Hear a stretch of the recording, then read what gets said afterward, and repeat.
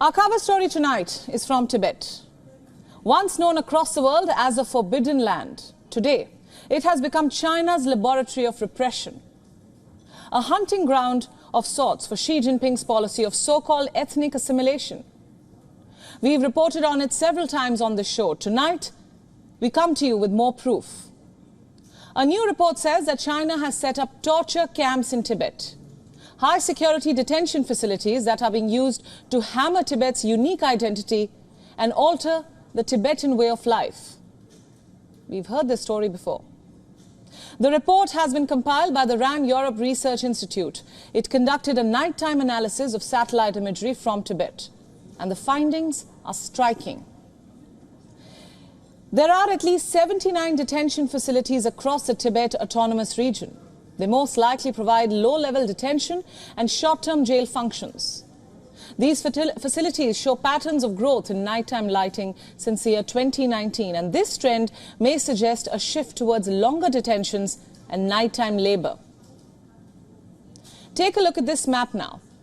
It claims to show the exact locations of these camps. There are at least 10 high-security prisons, mostly located in Tibet's Ningtari prefecture. 4 high-security detention centers, mostly in the Chamdo and Nangchu prefecture. And more than 24 low-security detention centers that are spread across Shigatse, Loka, and even Tibet's capital, Lhasa. So what exactly happens inside these camps? Well, this is what the report doesn't tell us. But there's enough evidence from the past to give us a sense. Like these pictures. China's state media published them in 2020. These are Tibetans. They are dressed in military fatigue. One of them shows men practicing painting. Another photo shows Tibetan women. They are being trained to become restaurant waitresses. But why do they wear military fatigues? Who is training them? Drill sergeants from the People's Armed Police. This is a Chinese paramilitary organization. It is responsible for internal security, riot control, anti-terrorism, disaster response and law enforcement. Surely the Chinese paramilitary is not there to simply teach Tibetans life skills. Let me be clear, this is about crushing the opposition against the Chinese state. My point is simple. China would have you believe that these Tibetans are undergoing so-called vocational training. But the world knows better. The world has heard this before and seen this before. Remember how Muslims are being trained in Xinjiang. They are being crushed, rewired, brainwashed to toe the Communist Party line. By all means, the same is happening in Tibet now. Reports say these centers are places unlike anywhere on earth. Tibetans here are subjected to political indoctrination. They are forced to memorize communist principles. Those who disobey are tortured. They face solitary confinement. They are left without food, water, and sleep. Is this vocational training? They're released only when they succumb, of course, to beliefs of communism and atheist China. But a release doesn't mean that they're set free. It means they are put in an open jail. They cannot celebrate their festivals. They cannot wear their traditional dress. And they can't even think about traveling abroad. Many of them don't even have passports. Getting a passport is harder for a Tibetan than getting into heaven. These are not my words. This is what Human Rights Watch reported in 2015. What about international support? Do they get any?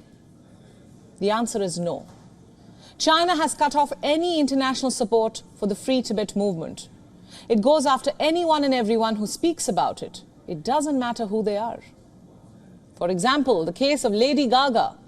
In 2016, she met with the Dalai Lama in Indianapolis. How did China respond? It banned Lady Gaga. The singer was added to a list of hostile foreign forces. China is cracking down hard on Tibetans the world over. According to a report, China secured a contentious extradition treaty with Nepal 2 years back.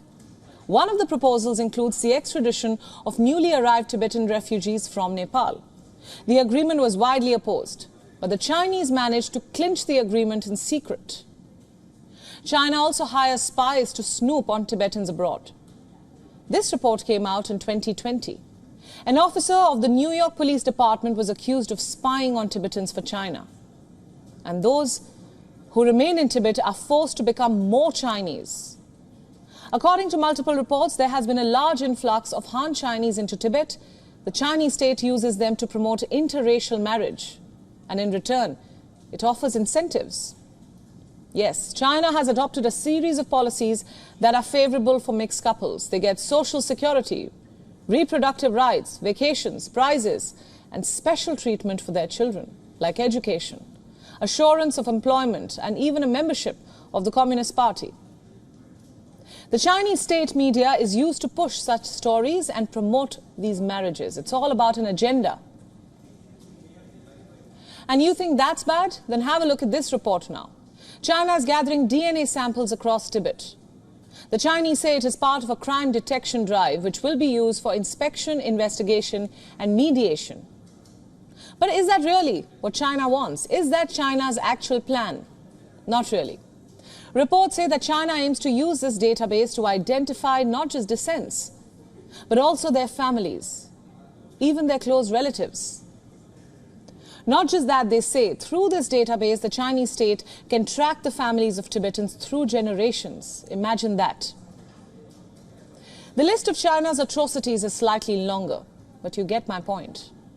The Chinese state is hammering Tibet's unique identity and diluting the ethnicity of Tibetans. All the reports and instances that we just told you about form just the tip of the iceberg. God knows what kind of crimes are lying submerged beneath it.